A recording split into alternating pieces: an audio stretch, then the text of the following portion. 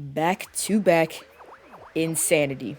We're going to go over probably one, if not the most overlooked killer in Daybreak since his release, Warden.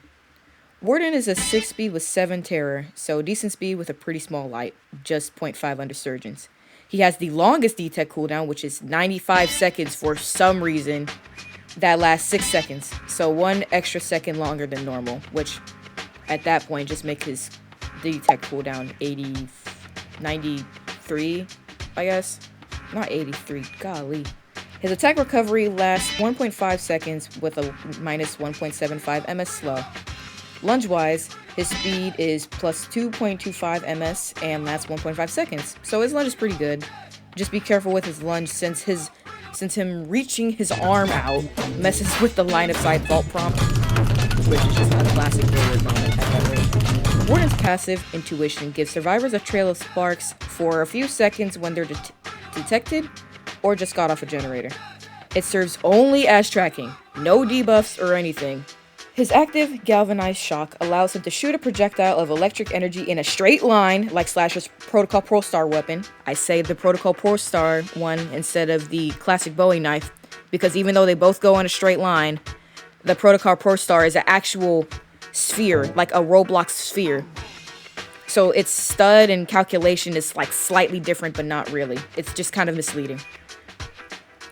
But it can do two things, right?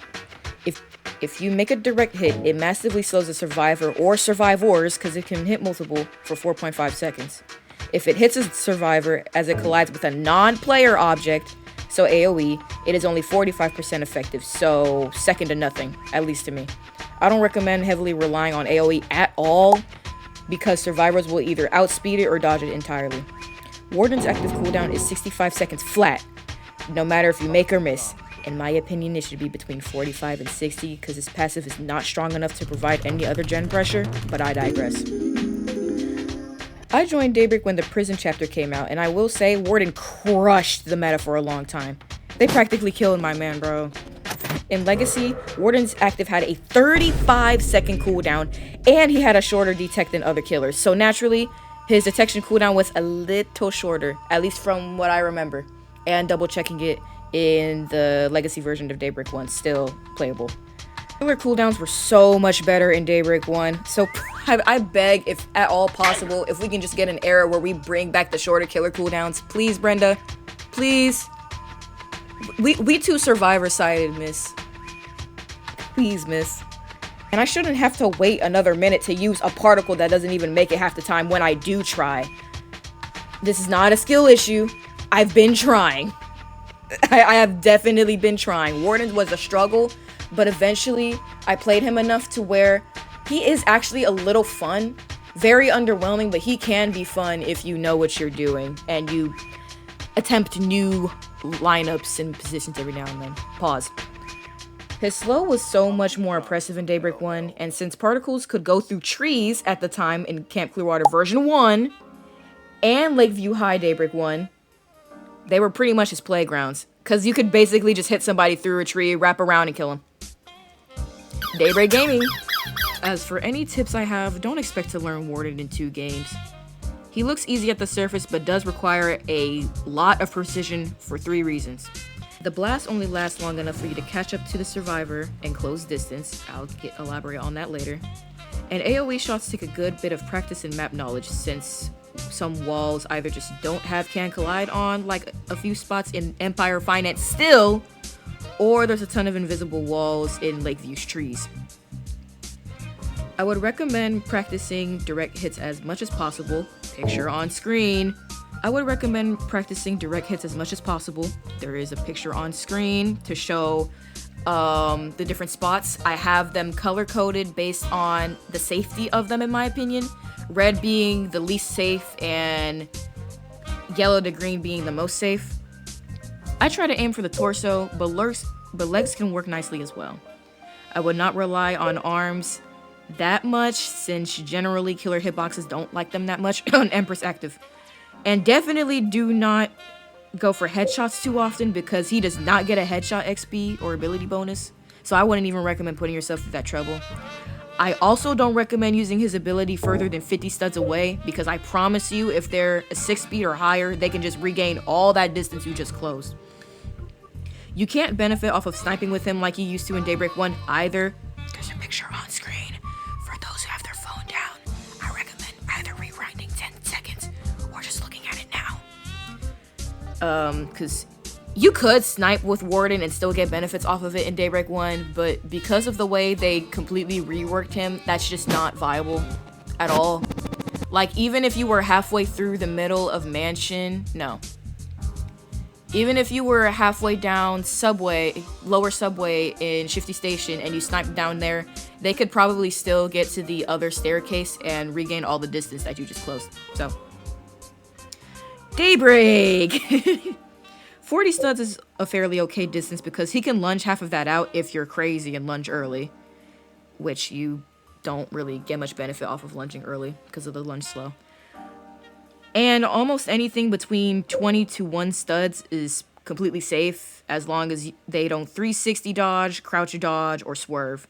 When I mean swerve, I mean they hit they hit A or D to where they swerve to the right, swerve to the left, crisscross, and just completely evade it like they would a slasher knife or an Empress active. Lore-wise, I'll just give it a summary. I'm not even gonna give no trigger warnings because this is real and I feel like people should understand that these exist in real life.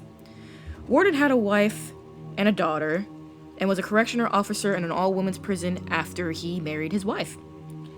Power-hungry, dictating white man.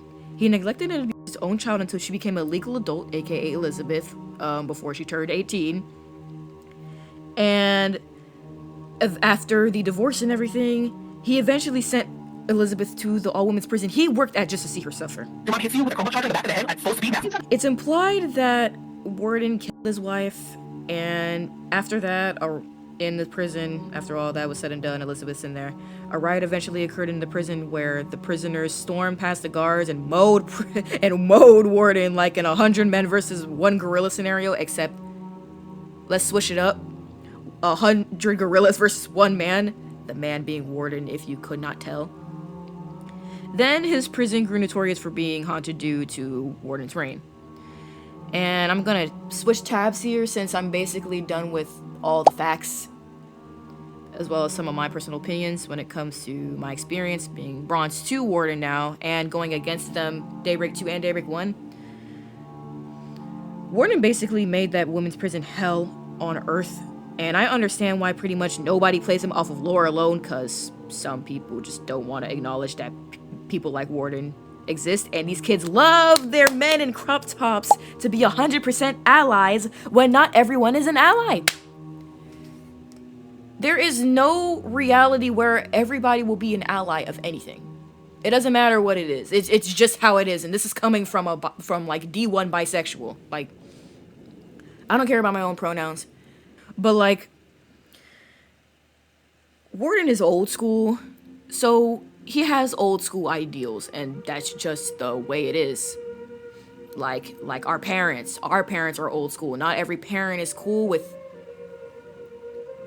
the strawberries. I'll just say the strawberries. I don't know if that's offensive or anything, but like the lesbians, not everybody's cool with that. Not everybody's cool with the gays. No, not everybody's cool like that.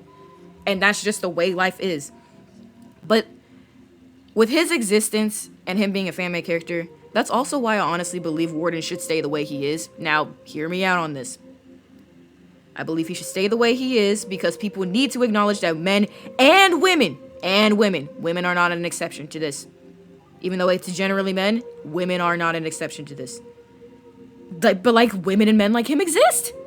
They just do. Child abuse and murder exist. Power-hungry people exist. That's just a portion of personalities in this world. Like, do I agree with it? Hell no. Who do you think I am? I just want people to realize that you can simply ignore characters like these. And as much as Warden is a fictional character, his story is real. People real like him. Oh my god. People like him exist. Current, past, present, and possibly future. Let's hope not future, but they exist, and they've been part of history forever. Things change because of people like him. So instead of getting mad and whining about the existence of a straight middle-aged white man, Daybreak fandom, not community, fandom, just acknowledge the story on its own and do not be like him. Don't get butthurt about it.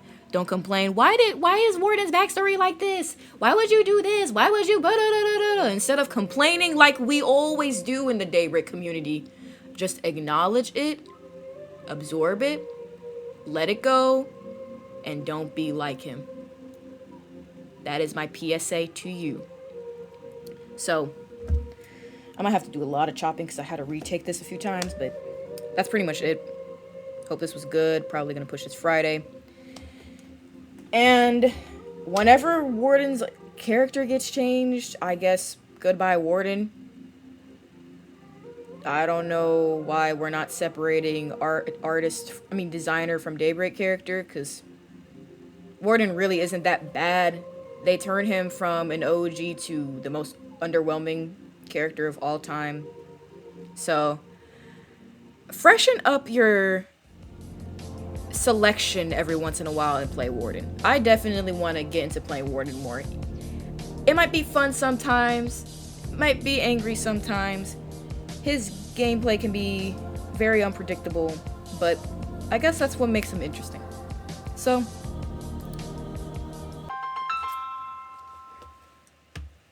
oh my god, okay, bye.